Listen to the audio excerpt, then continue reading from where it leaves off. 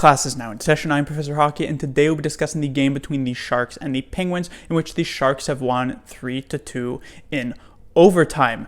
And they're actually beginning to look a bit like the Sharks of old, considering the fact that they beat two of the hottest teams in the league, the Flyers and the Penguins, in 2 of 3 games. And then their other game in that 3-game stretch was against the Red Wings, the worst team in the league, and they ended up getting shut out. Very, very San Jose Sharks, if I do say so myself. But, don't look now, but the Sharks are now 2-1-1 coming back from the holiday break. And so while the couple of losses were against not the greatest teams, the couple of wins were against some pretty tough competition. And I had said that the Sharks would likely need a record of about 13-1 to get those 61 points and actually be able to compete there for a wild card spot. A 2-1-1 record isn't optimal, but it is putting the Sharks on a decent path to try and actually get to that required point number, or at least the predicted required point number.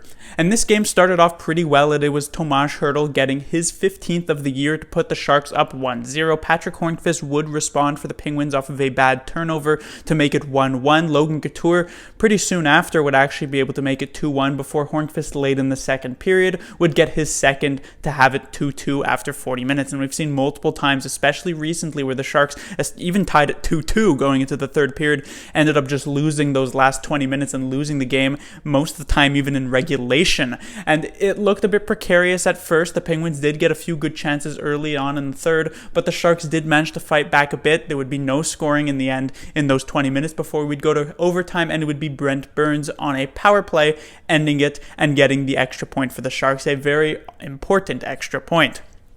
First thing to talk about would be Aaron Dell, as he put up a very solid performance here tonight. A bit of a misplay on that second Hornqvist goal as he decides to go for a bit of a 50-50 play.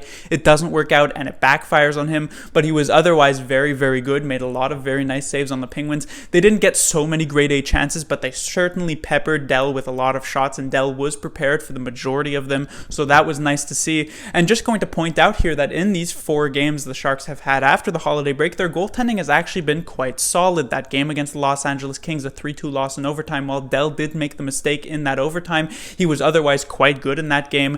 The game against the Philadelphia Flyers, yes, it was a 6-1 victory, but Martin Jones had to be quite good near the start of the third period to not allow the Flyers to get back into that game. He didn't have to do much, Jones did, against the Detroit Red Wings, as there weren't that many chances, but he did only let in a single goal there. And Aaron Dell here tonight, even, taking into account that misplay on the second Hornqvist goal, he was actually very, very good. And so there have been stretches already this season, let's say 4 games, where the Sharks have got improved goaltending and that hasn't lasted. So I'm certainly cautiously optimistic here. But Martin Jones and especially Aaron Dell, who actually had his bit of a resurgence here even before the holiday break, have looked a lot better, and hopefully that could be something moving forward for the Sharks. Next, I'll talk about Suomela, as he was pushed out of the lineup here tonight due to the returning Melker Karlsson. I was a bit surprised about that. I thought Suomela was one of the very, very few players for the Sharks who actually looked half decent against the Detroit Red Wings the other night. So if I thought maybe there was a player who could have come out, potentially Sorensen. Sorensen is someone who doesn't always get on the score sheet, but normally he seems to be doing all the right things and the score sheet just somehow evades him. But Sorensen, as of late, really hasn't been all that great. I also thought maybe Stefan Noesen could have seen the bench for just a single game, not because he hasn't been good. He's actually been quite solid and really given this fourth line a bit of a renaissance here. However, it was a very undisciplined penalty he took late in the third period against the Detroit Red Wings, and I know how much sort of the accountability angle Bob Booner likes to work with, so I thought maybe Noesen could actually get a bit of a game off and have Suomela play in there just as a reward for having looked pretty good against the Red Wings. But in the end, I guess it didn't actually end up mattering, but it was a bit sad to see Suomela get sidelined. Next, I will talk about the first line, as this actually had a bit of a different look from what we saw against the Red Wings. Labanc was moved back to that third line that we saw a lot of last year, Sorensen and Thornton with Labanc, and Marleau was pushed up to the first line, and this first line actually looked quite good. Couture and Hertl, you could definitely argue, especially this season, with Kane slumping as of late and Meyer slumping for decent chunks of this season. Hertl and Couture are certainly the most consistent and have been the best forwards for the Sharks. The Sharks have loaded up that first line, and they put Marleau there, who actually had a pretty solid game. In fact, it was Marleau who really ended up creating this play that led to the Couture goal. So the first line has looked very good. it's one of those things, is how long can the Sharks really sustain playing Couture and Hurdle on the same line? Because at the very least, the Sharks were able to run with a very strong 1-2 center punch. And now with Barclay Goodrow, I'm not saying anything bad about Goodrow, but he's certainly not at the same level as other second line centers in the NHL. So it's something where you're loading up a bit here on a team that does lack a bit of depth. So is this a recipe to success? Is this way something that's going to work in the long term for the San Jose Sharks? I'm not sure, but as of right now, it's looking pretty decent.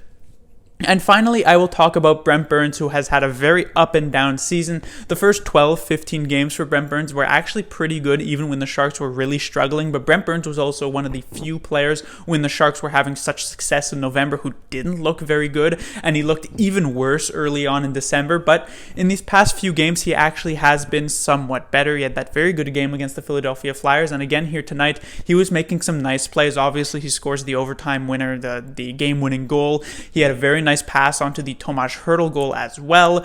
And so, Burns has been better as of late, and that was one of the things I pointed to that really needed to happen. Brent Burns had just been very, very awful, especially defensively. I believe he has the worst plus-minus on the team at, I think now it's around -23. I don't know where it is after this game, but somewhere around there.